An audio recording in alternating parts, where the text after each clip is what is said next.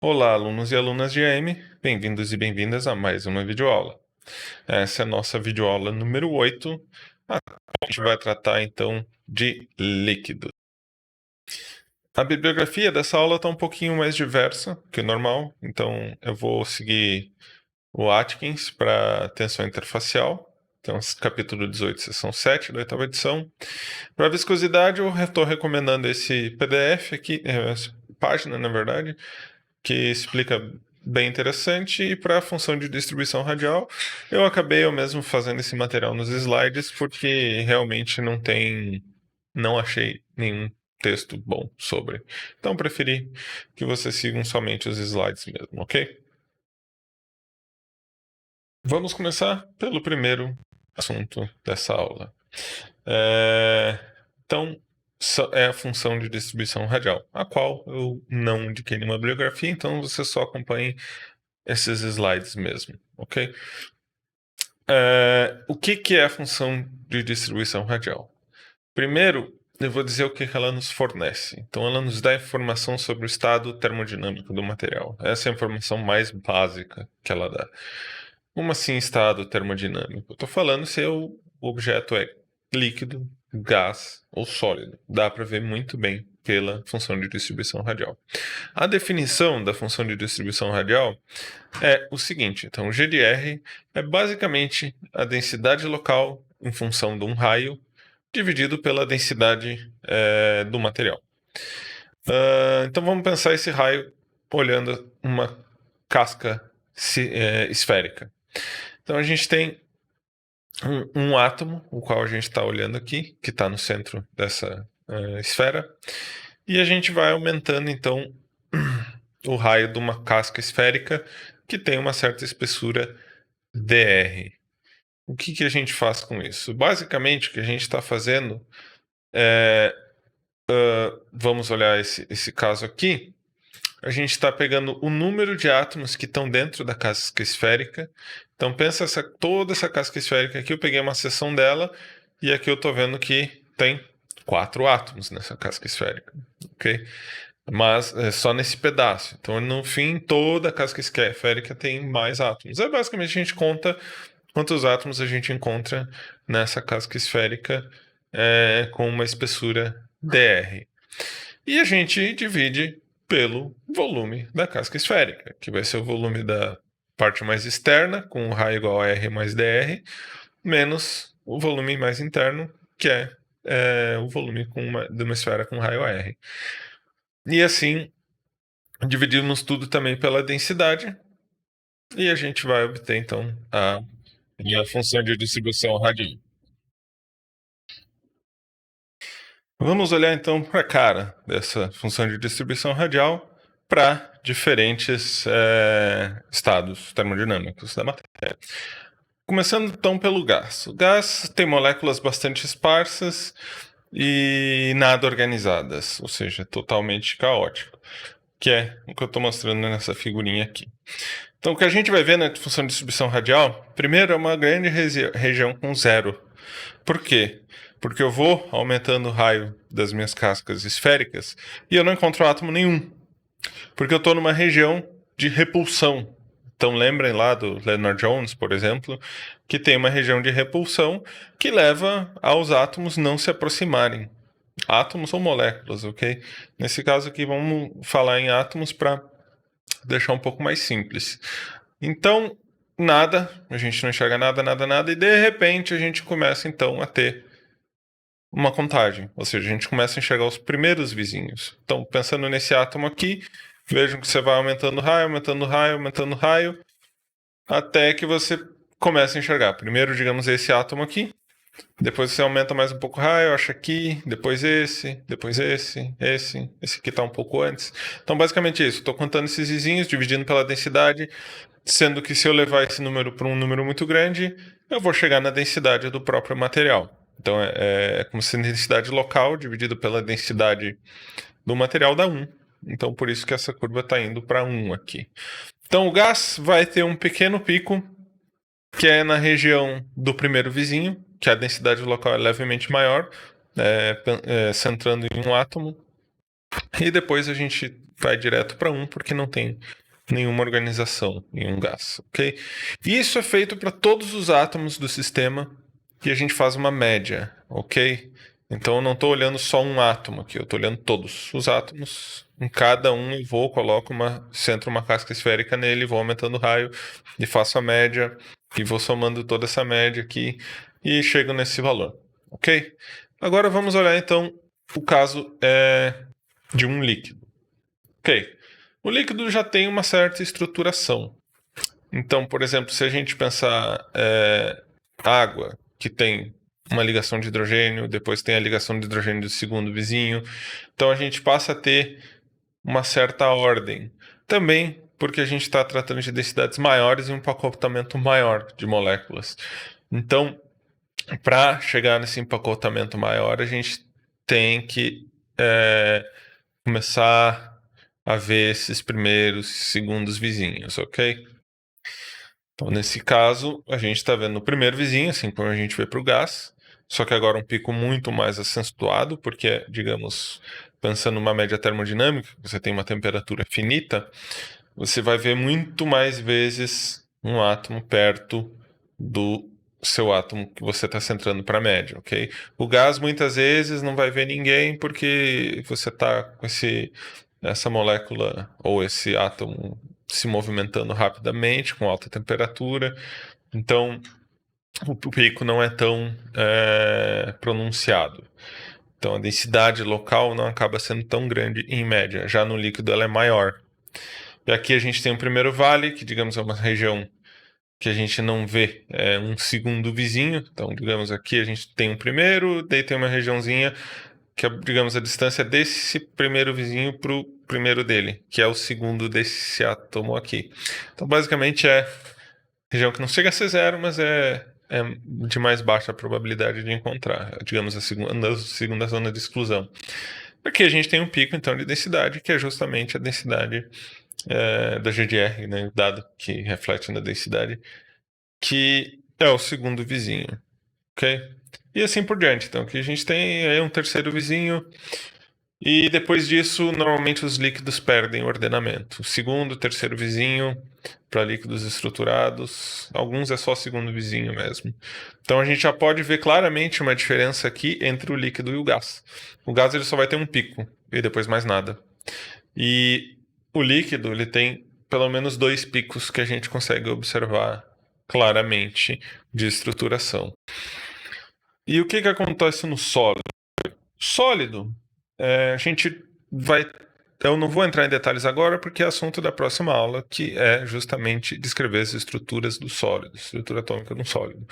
Mas aqui a gente tem um sólido que tem um arranjo cristalino, ok? Cristalino por quê? Porque ele se organiza periodicamente ao longo do espaço. Próxima aula vocês entendem melhor isso. Nós vamos olhar então para esse nosso sólido aqui. Então a gente vê que ele tem, centrando nesse átomo, por exemplo, ele tem 4 primeiros vizinhos bem definidos, pensando só na estrutura bidimensional, sem complicar na terceira dimensão. E a gente também tem 4 segundos vizinhos, que vão ser este e este átomo aqui, que estão a distância bem definidas. Mas, obviamente, eu tenho um pouco de vibração nessa rede, porque eu estou a uma temperatura finita, então os átomos se mexem levemente.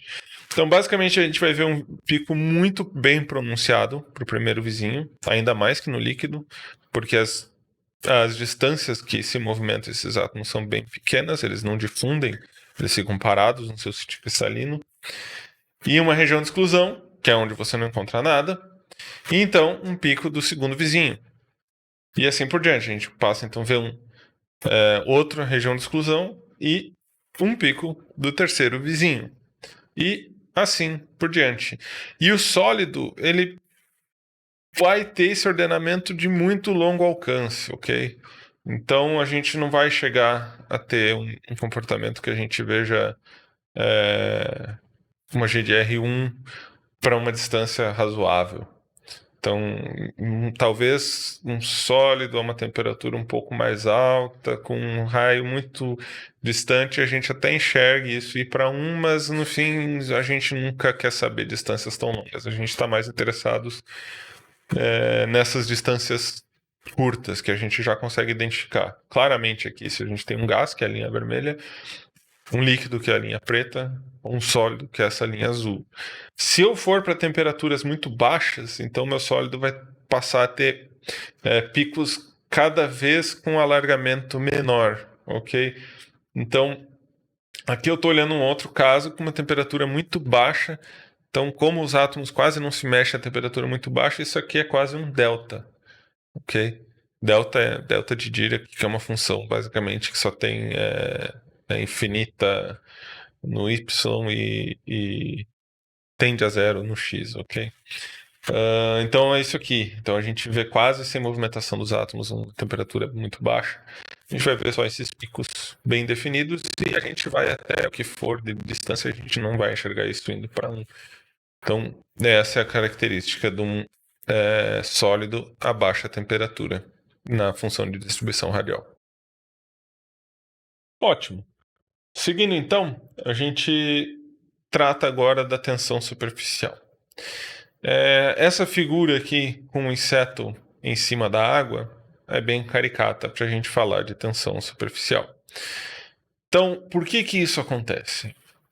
Por que o inseto consegue andar em cima da água, se sustentar em cima da água? Isso ocorre por conta da tensão interfacial do fluido. Mas da onde vem essa tensão interfacial? Então vamos olhar aqui. A gente tem uma gota de água. Então essa gota de água, se a gente olhar ela no meio dela, internamente, a gente tem lá uma molécula de água que está interagindo com todas as suas moléculas de águas vizinhas, ok? Assim como a gente já vê na GDR, a gente sabe como é essa organização das moléculas vizinhas. São todas as que estão formando a ligação de hidrogênio com ela. Ótimo. E quando a gente vai para a superfície, o que acontece? As moléculas de água que estão na superfície, elas não têm ninguém para interagir nessa parte que está o ar. Então, basicamente, essa molécula está frustrada, porque ela não tem todas as interações dela completas. E isso, então, vai levar a uma diferença na pressão local, que leva a uma tensão interfacial. Então, por isso que acontece o fenômeno da tensão interfacial. É basicamente porque cada molécula não está completa com todas as suas interações que ela esperava ter. Ótimo. E como a gente define, então, essa tensão interfacial? Bom, a gente pode definir em função da seguinte equação. dW igual a gama de sigma. Bom, sem definir, isso não significa nada. Então vamos lá. dW é o diferencial de trabalho necessário para eu fazer a área superficial mudar de um d sigma. E o gama aqui, ele é a tensão superficial, que é basicamente vai dizer o quão fácil ou o quão difícil é, o quanto de trabalho eu preciso realizar para mudar uma área superficial. Então, se eu tenho que fazer mais trabalho para mudar um mesmo d sigma, o meu gama é maior, minha tensão superficial é maior. Se eu tenho que fazer menos trabalho, então a tensão superficial é menor. Então, a unidade da tensão interfacial no sistema internacional é joule por metro quadrado. Mas a gente também pode escrever isso como newtons por metro. Ok? Então basicamente é a mesma unidade, eu só estou escrevendo de um jeito diferente, porque joule por metro é newton, ok? Então vamos lá. Seguindo então na tensão superficial, a gente tem vários fenômenos para a gente analisar. Um deles é porque as bolhas se formam. Então a gente tem ar no meio da água. Por que ele se organiza em forma de bolhas esféricas ou muito próxima de esféricas? Por que não vira cilindro? Por que não vira um quadrado? Por que não vira qualquer outra forma geométrica? Ou por que ele simplesmente não se dispersa como moléculas em si, ao invés de formar bolhas? Então isso também ocorre por um fenômeno de tensão interfacial. O que se tenta é minimizar a área superficial para a gente ter a menor energia possível, ok? Então, a equação de Young-Laplace descreve esse fenômeno. Então, a gente pode descrever qual é a pressão interna, então, na bolha, dentro da bolha de ar aqui que eu estou mostrando, por exemplo. Ela vai ser igual à pressão externa, que é, digamos, dessa região do fluido, mais 2 vezes a tensão interfacial dividido pelo raio da bolha. Então, quanto menor for o meu raio, maior vai ser a minha pressão interna. Também é por isso que as bolhas se juntam e formam uma bolha maior. Assim ela diminui a pressão interna na bolha. Então, tudo vem das leis básicas e mostra como esse comportamento surge. Então, a pressão interna da bolha, ok, como eu já falei, a pressão no exterior, o raio da bolha. Essas são as grandezas interessantes. Então, aqui, vamos então para os efeitos de capilaridade. Então, o efeito de capilaridade é essa figura que eu estou mostrando aqui para vocês. Se vocês colocarem um tubo aberto dentro de uma bacia de água, de um recipiente com água, você vai ver que a água sobe levemente nesse tubo. E por que ela sobe nesse tubo? Então, tem algumas interações que estão ocorrendo nesse sistema que levam a isso. Então, há duas forças que estão se balanceando nesse tipo de fenômeno. A primeira força, ela vai ser a adesão.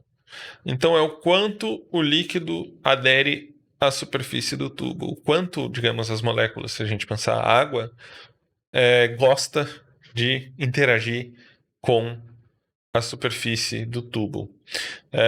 E a coesão, que é a interação entre as próprias moléculas do fluido. Então, basicamente, vai ser se a molécula de água prefere, ou seja, tem uma energia maior envolvida interagindo com a superfície do tubo do que interagindo com as próprias moléculas de água, ela vai tentar molhar a superfície do tubo o máximo possível. Então, se a interação com a parede é mais favorável, o líquido vai subir o capilar, porque ele quer estar na maior área possível encostando no tubo. Mas o que impede ele de não subir tudo? Então, quanto vai ser que o líquido sobe, vai depender da pressão que essa coluna de líquido vai exercer, ok? Então, basicamente, vai ser um balanço entre o peso dessa coluna de líquido e o quanto de energia você consegue ganhar por interagir mais com a parede do tubo. Então, a pressão exercida por essa coluna aqui, então, com a altura H, pensando aqui sendo a superfície do fluido fora do tubo, ela vai ser dada pela densidade do fluido vezes a gravidade, vezes essa altura H, que é o quanto sobe esse fluido. Então eu vou escrever em vez de um P, um ΔP, a variação dessa pressão causada pelo ρgH. E a gente pode voltar então à equação de Young-Laplace, que me diz a pressão interna igual a pressão externa mais 2 gama sobre R. Basicamente, se eu passo a pressão externa para o lado esquerdo da equação, então eu tenho P interno menos P externo, que é um ΔP também, também é uma variação de pressão. Isso é igual a 2 vezes a tensão interfacial dividido pelo raio do tubo, aqui nesse caso. Diferente da gota que a gente estava olhando anteriormente. Então, igualando esses ΔPs, a gente vai chegar a um ρgH é igual a 2 sigma dividido por R. Sigma não, gama, desculpe, dividido por R.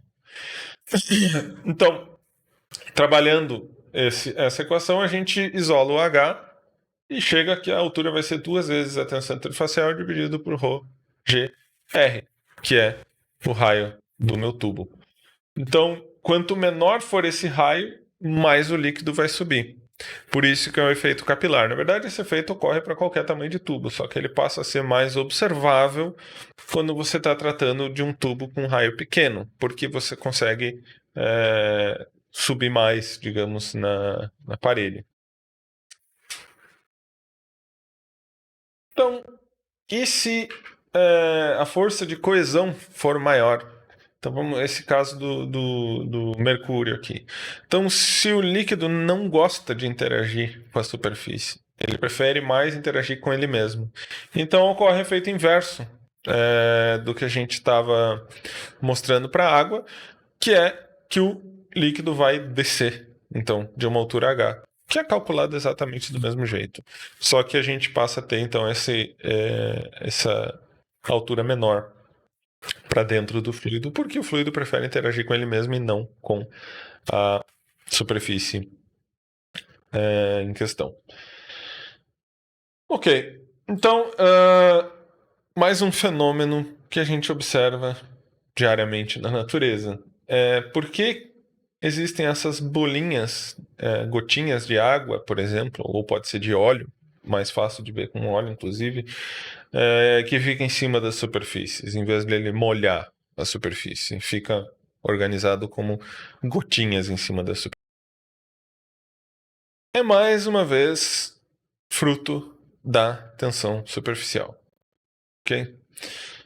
Então, o que está ocorrendo exatamente? Então, a gente tem um ângulo de contato que vai dar esse formato dessa gota. O que é esse ângulo de contato? Então, vamos voltar para a figura do capilar.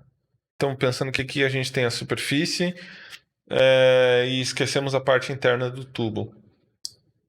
Então, vamos olhar só esse caso aqui. Então, a gente tem esse ângulo que forma esse menisco aqui com a superfície. E esse ângulo ele vai ser dado por três tipos de interação. A interação entre o sólido e o líquido, a interação entre o sólido e o gás, caso o ar, que a gente está levando em conta aqui, e o líquido e o gás. As tensões, agora, interfaciais são cruciais, porque interfaciais, superficiais, a gente fala tensão superficial quando é um líquido e um gás. Quando a gente tem interface sólido-líquido, líquido-gás, gás-sólido, a gente fala em tensões interfaciais, ok? Então, a tensão interfacial sólido-líquido, ela é dada por gama SL, sólido-líquido. A tensão interfacial sólido-gás é dada por gama SG. E a tensão interfacial líquido-gás é gama LG. Essas três juntas, então, vão poder fornecer o ângulo de contato. O ângulo de contato ele vai ser dado pela seguinte equação, que também vem das equações de Laplace, no fim das contas. O cosseno desse ângulo de contato, θc, ele é a tensão interfacial sólido-gás menos a tensão interfacial sólido-líquido, dividido tudo pela tensão interfacial líquido-gás. Então, basicamente, a gente vai ter um ângulo de contato que depende do balanço entre essas três interações, entre o líquido e o líquido, entre o líquido e o gás, o líquido e o sólido, e o gás e o sólido. Então depende da preferência do material. Isso não precisa ser só com ar, ok? A gente pode, por exemplo, ter uma gota de óleo que está no meio da água em cima de uma superfície. Então poderia ter esse meio aqui sendo água, esse óleo e esse a superfície. Então isso vai valer para quaisquer tipos de interfaces, ok? Entre também líquido, líquido e sólido. Então você só tem que arranjar essas equações sempre dividindo pela interação fluido-fluido e sendo um fluido o sólido com o primeiro fluido menos o sólido com o segundo fluido. Isso vai te dar os ângulos de contato, ok?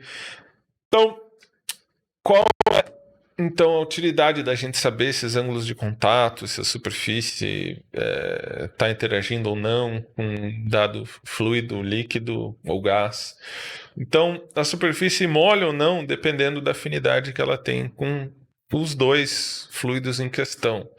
Por exemplo, se a gente tem uma superfície hidrofóbica e você coloca água em cima, é isso que você vai ver. Porque o líquido não vai querer interagir com a superfície. Então ele vai minimizar ao máximo a área de contato entre ele e a superfície. O sólido prefere interagir com o ar que está em volta do que com a água. Então, se a gente tem uma superfície apolar, por exemplo, ela vai ser hidrofóbica e não vai querer interagir com a água.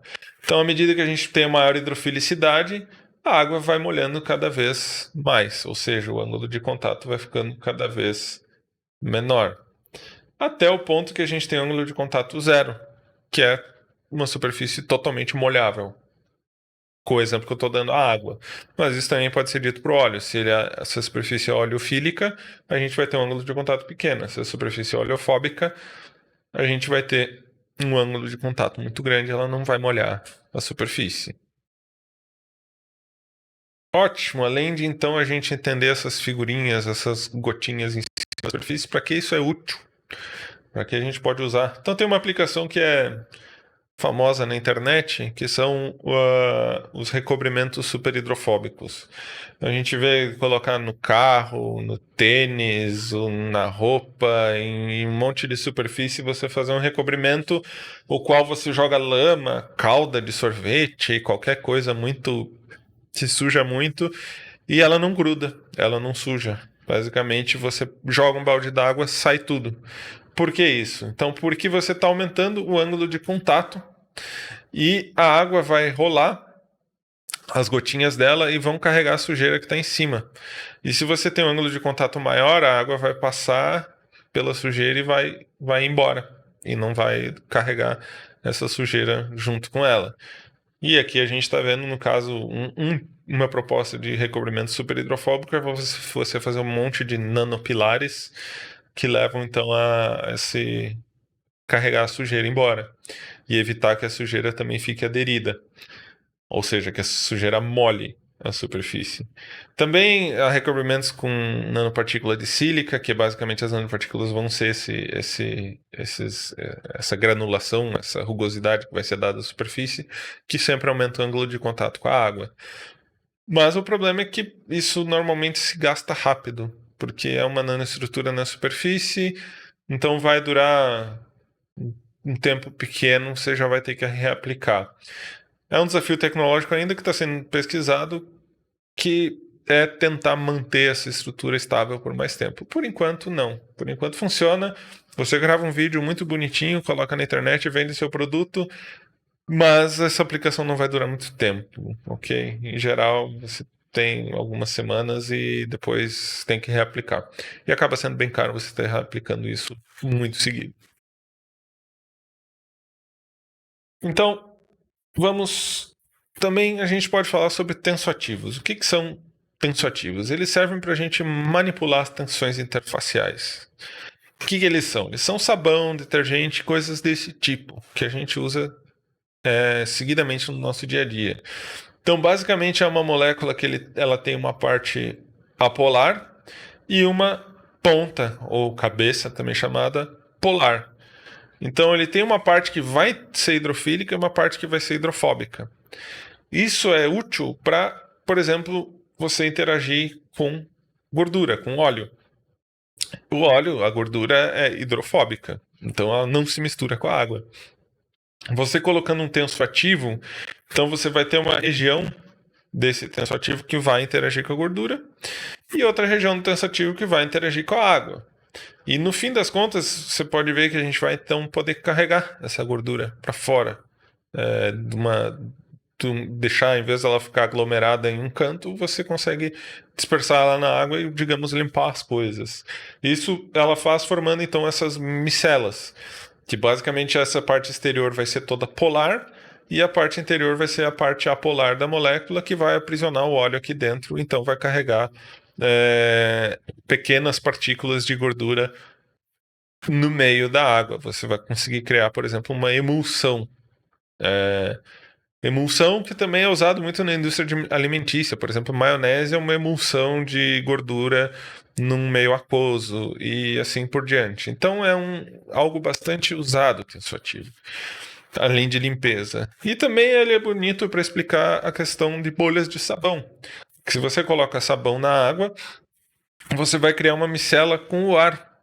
E a parede vai ser estabilizada, essa parede com um pouco de água, que vai então ser esse caso aqui. A gente vai ter duas camadas de tensoativo, apontando sempre a parte polar para dentro, nesse caso, que é a camada de água, você estabiliza então essa bolha que se propaga no ar.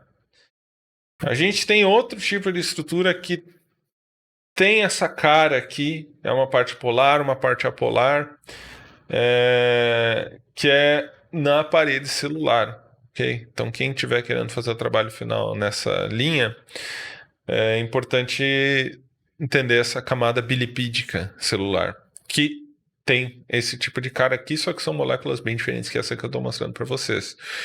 E por isso, por exemplo, que sabão ele é tão eficiente para destruir muitas bactérias e vírus, porque você acaba com essa camada bilipídica que protege, digamos, o interior da célula ou o interior do pacote do vírus, ok?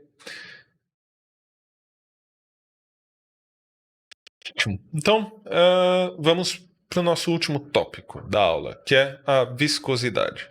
O que é a viscosidade? Ela é a resistência de um fluido a fluir. Então aqui a gente vê uma colher com um melado, que é algo extremamente viscoso, que você coloca de lado a colher e ele vai fluir muito devagarmente, ou seja, ele tem uma viscosidade muito grande, uma resistência ao fluxo muito grande. Já a água não, ela tem uma viscosidade bem mais baixa, ela vai fluir com mais facilidade. E a gente tem uma gama de materiais com viscosidades diferentes, por exemplo, óleos lubrificantes, que cada viscosidade tem uma certa aplicação, um é bom para o motor, outro é bom para a corrente e assim por diante. E bom, como a gente descreve a viscosidade? Como a gente obtém a viscosidade a partir de leis físicas? Então vamos imaginar esse setup aqui. A gente tem duas placas e um fluido no meio dessas duas placas, que estão a distância d entre elas. Então a gente aplica uma força nessa placa de cima que vai causar um deslocamento que gera uma velocidade v0 nessa placa de cima. E a placa de baixo fica parada. O que vai acontecer? No momento que essa placa se desloca, o fluido que está junto com ela vai se deslocar também. E esse deslocamento dessa camada de fluido faz a de baixo deslocar e assim por diante. Até que a gente tenha a outra ponta ou com a outra placa que o fluido ainda vai estar parado, porque essa placa está parada. Então a gente tem esse perfil de velocidade. Então, perto da placa, imediatamente em cima da placa, ela tem a mesma velocidade que a placa, e isso vai se propagando até chegar a zero na outra ponta. Então, com isso, a gente pode dizer que a força aplicada dividido pela área dessa placa superior, ela vai ser igual a eta, que é a viscosidade, vezes um V0, que é a velocidade dessa placa superior, dividido pela distância d entre as duas placas. Então, essa é uma maneira muito simples de a gente determinar a viscosidade de um fluido. Então, a viscosidade, eta, vai ser igual a F vezes D,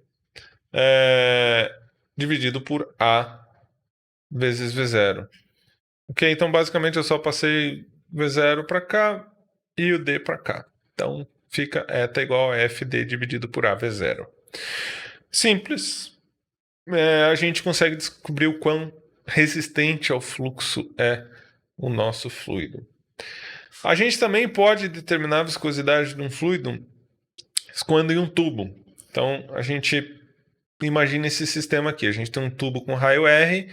Aqui a gente tem numa ponta uma pressão P1, na outra ponta uma pressão P2. O comprimento desse tubo é L. E a gente tem essa quantidade Q, que é o quanto tem de fluxo de fluido. Ok? É basicamente o volume dividido pela área. Então, esse fluxo, taxa de escoamento, na verdade, é o volume dividido pela área. Então, quanto passa de fluido pela seção transversal dessa área aqui do círculo, digamos, sendo um tubo cilíndrico. Isso, então, vai ser dado essa taxa de escoamento, vai ser dada por πr ao quadrado, R sendo o raio aqui do nosso tubo, vezes a diferença de pressão P1 menos a P2, a pressão da saída e a pressão da entrada, dividido por 8 vezes a viscosidade, vezes o comprimento do tubo. Então, isso é importante para, por exemplo, eu quero saber qual a pressão eu tenho que colocar numa ponta do tubo para eu ter tal taxa de escoamento, quantos litros por hora eu quero que escoem pelo meu tubo. Então você sabe determinar que pressão você tem que injetar, sabendo o comprimento do seu tubo. E quanto mais longo o seu tubo, menor vai ser a taxa de escoamento. Quanto maior a viscosidade, menor vai ser a taxa de escoamento. E quanto maior essa diferença de pressão, maior vai ser a taxa de escoamento. Quanto maior o raio, também maior vai ser a taxa de escoamento. Então, veja que a taxa de escoamento aumenta com o raio a quarta. Então, o raio é a coisa mais determinante para a taxa de escoamento de fluidos. Ótimo, então isso era o que eu tinha para mostrar para vocês hoje. E a próxima aula, que vai ser a videoaula nova, eu vou então para a matéria condensada, que eu vou falar sobre sólidos. Redes cristalinas e as estruturas cristalinas, que eu mencionei para vocês na parte da disfunção de distribuição radial, que eu ia explicar na próxima aula, então vai ser exatamente isso o tema da nossa próxima aula. E muito obrigado pela atenção e até a próxima aula.